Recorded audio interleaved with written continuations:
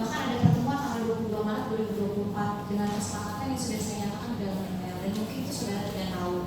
Nah, yang saya ingin tanyakan saudara sebagai salah satu penegak hukum, apakah Anda tidak mengetahui isi dari BAP ini menyebutkan ketentuan yang dilanggar dasarnya perjanjian itu adalah manifestasi, tapi kenapa saudara mau membawa ranah ini ke pidana kepada klien saudara sendiri?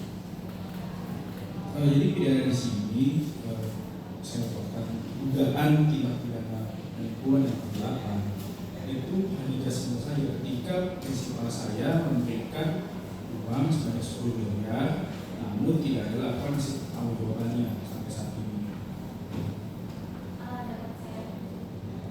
Dapat saya jelaskan? Oke.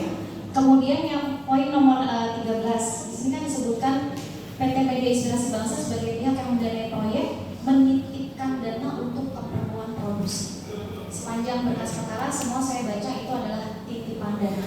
Padahal jelas sekali disebut itu adalah perjanjian kerjasama produksi dengan lampiran yang mereka sudah tahu bagaimana membacanya karena sudah ada 2 proyek sebelumnya yang kami laksanakan dan berhasil, ya kan? Nah, kata-kata titipan dana ini apakah dari saudara sendiri atau memang untuk memenuhi unsur pasal penggelapan itu?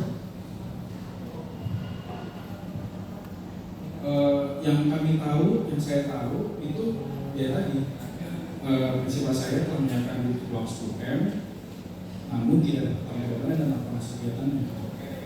Ketika kita bahas perjanjian, yang itu terkait karena ada notifikasikan akhirnya perjanjian telah diselesaikan tersebut. Jadi kita mengesampingkan perjanjian dan juga tidak ada tanda tangan dari pihak penerima, lalu saya laporkan seperti itu terkait dugaan tindak pidana dan atau bukan tindak pidana penipuan.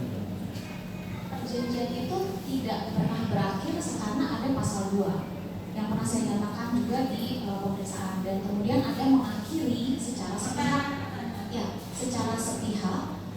Dan apa tahu dari mana ada pengakhiran tersebut ketika yang mengakhiri adalah pihak saudara sendiri?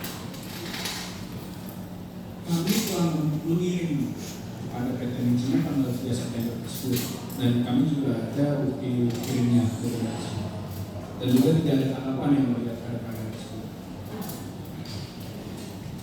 Kemudian poin nomor 6 dibilangkan di sini disebutkan bahwa Anda mengenal saudara Mr. Putra Utomo sejak bulan Juni 2024. Itu kan setelah konser itu berakhir. Makanya awal tadi ketika yang mulia menanyakan sudah terlaksana atau belum, Anda tidak tahu karena laporan proyek belum dikirimkan. Sebenarnya dari sosial media itu kan sebenarnya terlihat nyata acara sudah dilaksanakan dan saudara Mr. pun ada di sana. Apakah benar saudara Mr. tidak pernah menyatakan hal itu ke saudara? Izin yang mulia, maksud saya di awal tadi saya rancu antara apakah benar selesai di situ dalam artian selesai sudah kewajiban para pihak, ya kan? Ataupun selesai pertunjukannya.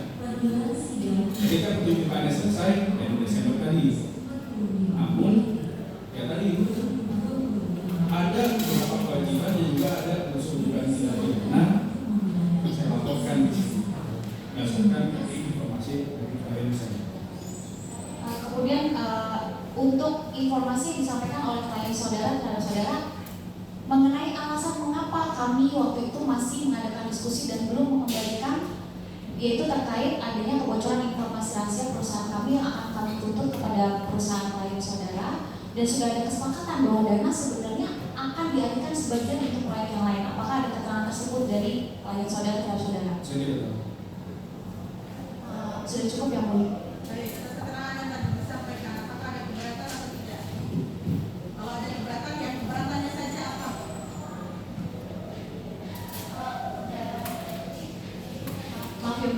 Sebenarnya saya keberatan tentang diterangkannya mengenai kejadian peristiwa tindak pidana penggelapan, karena memang penipuannya di dalam berkas itu tidak terpenuhi. Itu tidak, bukan keberatannya, itu kan beda keterangannya. Oh, keterangannya? Ya, keterangannya itu yang mengenai titipan dana seolah-olah ada penggelapan, itu yang saya keberatan. Jadi nggak ada ngomong titipan dana, itu kan berdasarkan segala macam. Iya, tapi di berkas ya di berkas kita kan apa yang diterangkan